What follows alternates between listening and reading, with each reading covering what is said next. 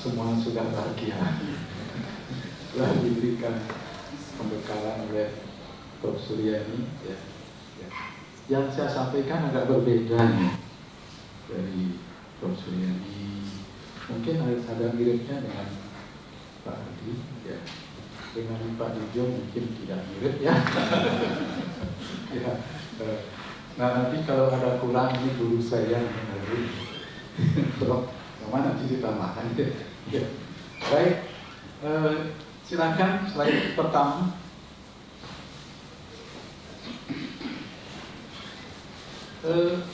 Saya cerita dulu sedikit ya tentang Dr. Lurah ini ya, mengambil topik meditasi Siddhakarya. Saya tahun 2010 ya sudah mempunyai mimpi ya untuk meneliti hal-hal yang aneh, orang melukat misalnya, meditasi, termasuk pemanfaatan lolok, kan aneh semua itu ya. Kalau di sini banyak dokter, ya aneh ya. Tapi saya tertarik ya. Salah satu yang menarik adalah tentang meditasi ini. Ya. Tadi sudah diceritakan, saya kontak beberapa guru meditasi saat itu, kalau tidak salah 2015 ya, di berbagai wilayah. Saya mempunyai ide untuk meneliti apakah orang-orang meditasi itu menimbulkan hal yang baru di dalam tubuhnya dengan melihat biomarker apa. Tidak ada yang mau, tidak tahu alasannya apa. Terakhir sebelum COVID ya, tahun berapa itu Dr. Lurah, kira-kira tahun 2018 atau 19 ya, saya dengar beliau ini guru meditasi. Langsung saya kontak dalam satu saat ya, Dr. Lurah, selamat sore hari itu pas ya. Saya punya ide seperti ini. Mau nggak Dr. Lurah menyiapkan murid yang akan saya ambil darahnya? Kemudian diberikan perlakuan meditasi selama berapa periode? Mau, langsung saya kontak dan terbukti saat itu. Nah itulah yang mendorong saya untuk menceritakan apa yang terjadi di dalam tubuh kita akibat meditasi. Ini adalah sebuah analisis sendiri. Karena kebetulan bidang saya adalah farmakologi. Saya ingat sekali di dalam ilmu farmakologi, obat itu menimbulkan efek kepada tubuh kita adalah lewat efeknya ke dalam sel. Kalau yang tidak dokter mungkin sel itu anggap gambarnya bulat gitu ya. Itu kita gambarkan di depan ya. Obat itu akan mencari protein di dalam sel itu. Dia akan berinteraksi di situ. Interaksi itulah menimbulkan efek. Efeknya ada dua, efek baik dan efek buruk. Kalau efek baiknya kita sebut efek terapi, efek buruknya disebut efek samping. Ya, itu ya. Jadi saya bergerak dari situ ya. Nah, ternyata ya bisa pinjam kue terkopi. Ya, terima kasih. Ya, ini adalah sebuah sel, ya, sel yang normal ya. Kalau dokter sudah biasa nih, apalagi Prof. Noman ini sudah biasa nih ya. Ya. Di dalam dinding sel ini ada namanya reseptor. Tugasnya adalah menangkap pesan dari sel lain. Pesannya ada pesan baik, ada pesan buruk. Itu yang ditangkap. Ya. Nah, akan disalurkan ke dalam sel. Ya. Ini reseptor, banyak jenis reseptor. Ya. Kalau disebutkan semua nanti bingung ya, malah tidak lulus ya. Tidak usah lah. Pokoknya prosesnya adalah ligan reseptor menimbulkan transduksi sinyal. Proses di dalam sel. Proses inilah yang menentukan kita sehat, sakit. Biasanya begitu. Ya. Kalau satu saja terganggu di sini, ini kan ada 1, 2, 3. Satu terganggu, proses tidak terjadi. sakitlah orang itu. Tergantung selnya di mana, letaknya di mana. Kalau letaknya di otak, sakitnya sakit otak, bisa bilang mungkin ya. Atau kalau selnya di pankreas, ya insulinnya rendah. Inilah proses di dalam sel. Lanjut, ya ternyata sehat menjadi sakit, ya adalah gangguan interaksi itu tadi. Ya, pesan tidak bisa ditangkap atau pesan yang dialirkan tidak bisa diproses secara molekuler. Ya. Nah, apa yang bisa menimbulkan terganggunya ini? Ternyata masalah kehidupan. Banyak masalah kehidupan yang bisa mengganggu komunikasi sel ini. Banyak sekali. Oleh karena itu, kalau suka menari, Prof. ini, ya, masalah hidupnya mungkin bisa berkurang, sehingga menjadi penari bisa lebih bahagia kalau dinikmati dan ada uangnya. Ya. Jadi masalah kehidupan ya bisa mengganggu ini, pasti sakit. Nah, yang kita cari adalah homeostasis. Setiap sel di dalam tubuh kita memerlukan kondisi homeostasis. Apa itu homeostasis?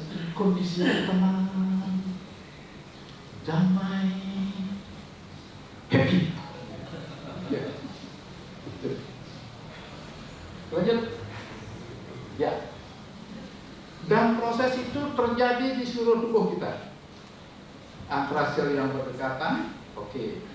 Antara sel yang jauh, ada perantara lain namanya hormon.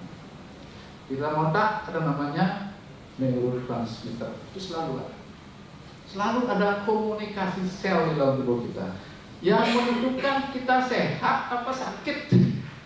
Orang sakit adalah kalau gangguan komunikasi itu. Ya, boleh bertanya, silakan. Lanjut.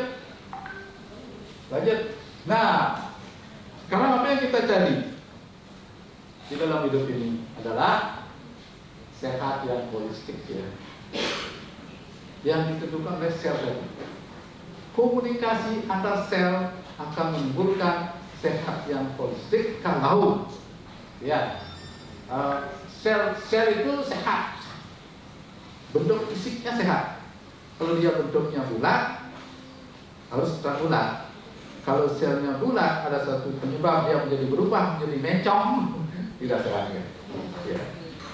Kemudian secara fisiologis, setiap sel memiliki fungsi fisiologis tertentu, fisiknya tertentu, fungsi fisiologisnya tertentu, kemudian akan menimbulkan psikologis. Ternyata sel itu memiliki psikologis juga. Ya. Nah, ini ternyata dipengaruhi oleh spiritual. Ya, spiritual. Ya, inilah sehat yang holistik. Jadi sehat dari segi fisik, sehat secara fisiologis dan psikologis, termasuk emosional. Ya. Lanjut. Nah, meditasi itu di mana sekarang?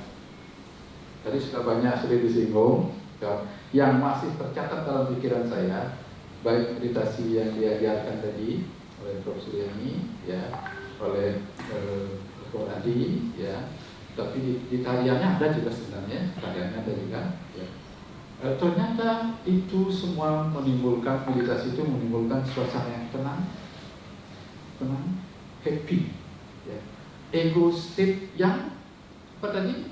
Ego state yang mana menimbulkan ketenangan yang paling di bawah, saya lihat, ya. Ego state yang bisa menguasai ego state yang lain. Betul gitu? Ya, ya. Ternyata meditasi itu menimbulkan kondisi homeostasis. Tadi kan goal kita, sel bisa komunikasi dengan baik, bisa memproses metabolisme dalam sel itu dengan baik, kalau dia kondisinya homeostasis. Bisa dicapai dengan meditasi karena kita berada dalam ego state yang sesuai kendali kesadaran, kira-kira demikian ya. Nah, bagaimana meditasi Siddhakarya?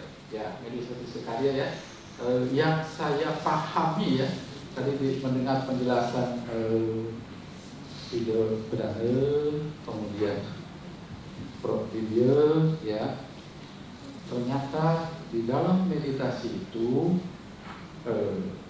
ada kondisi yang tenang dan walaupun dengan menari, dengan menyanyi dan happy, jadi itu adalah sesuai dengan ego state psychology. Jadi tadi sudah disinggung juga Pak Wahdi, kondisi ego state inilah yang menentukan kondisi tubuh kita secara fisik maupun secara psikologis. Bisa mempengaruhi homeostasis, bisa mempengaruhi kondisi sel, bisa mempengaruhi komunikasi antara sel. Sehingga kalau komunikasinya bagus, selnya akan berfungsi dengan bagus ya, dan akan sehat karena sesuai dengan fungsi-fungsi masing-masing. Ya. Nah, jadi dengan mempraktekkan mindfulness modern tadi ya, yang ada pada meditasi Siddhakarya itu, karena saya lihat meditasi Siddhakarya itu ada kekerasan di situ. Ya, saya sering diskusi sama Dr. Murah, ada keras, ada lembut, ada lucu, apalagi. Dan terakhir adalah Siddhakarya. Itu adalah satu kondisi yang amat tenang, damai, ya, sehingga komunikasi antara sel menjadi sangat baik ya. Ada peran spiritual di situ. Saya takut ini ada teman ceritakan dokter Chandra. Nanti tambahin ya. Ya. Jadi dengan demikian ya, kalau kita menyadari kita terlalu banyak state tadi kan, state, dan itu kita terima semua ya, sehingga menjadi suatu topeng terakhir adalah Siddhakarya. Itu artinya kita penerimaan diri. Itu adalah kondisi homeostasis ya. Maka perbaikan tingkat seluler dan molekuler akan sempurna dengan penerimaan state-state yang bervariasi tadi ya.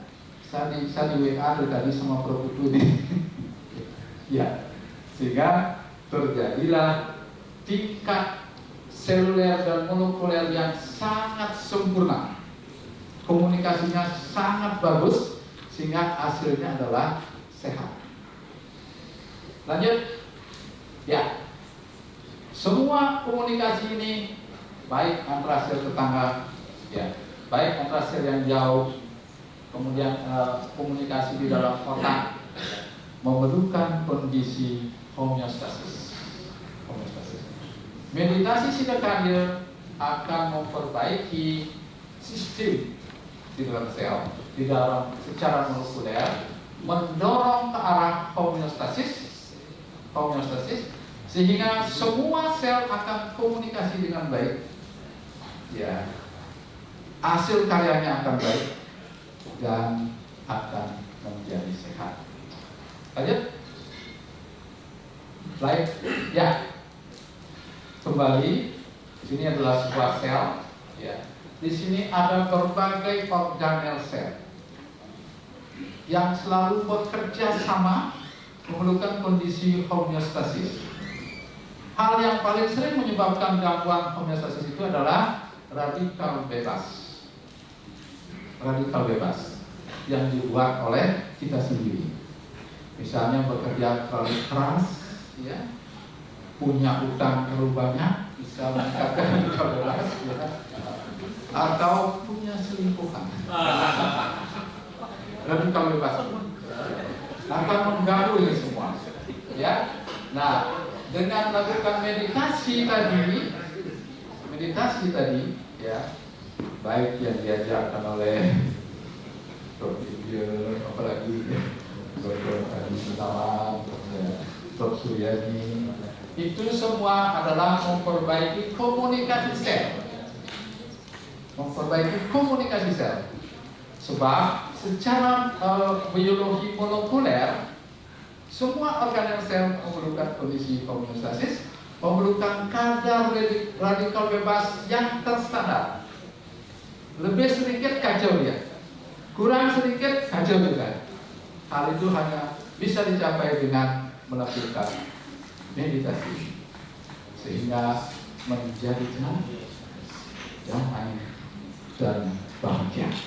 Ya, dengan demikian meditasi sudah karya ini adalah suatu usaha mengembalikan sel sehat secara holistik, ya, sehat secara fisik, sehat secara fungsi, ya, sehingga menimbulkan interaksi yang baik antar sel dan lingkungannya. Itu akan menyebabkan semua komponen bekerja secara harmonis, ya, menciptakan keseimbangan dan vitalitas yang baik. Terima kasih.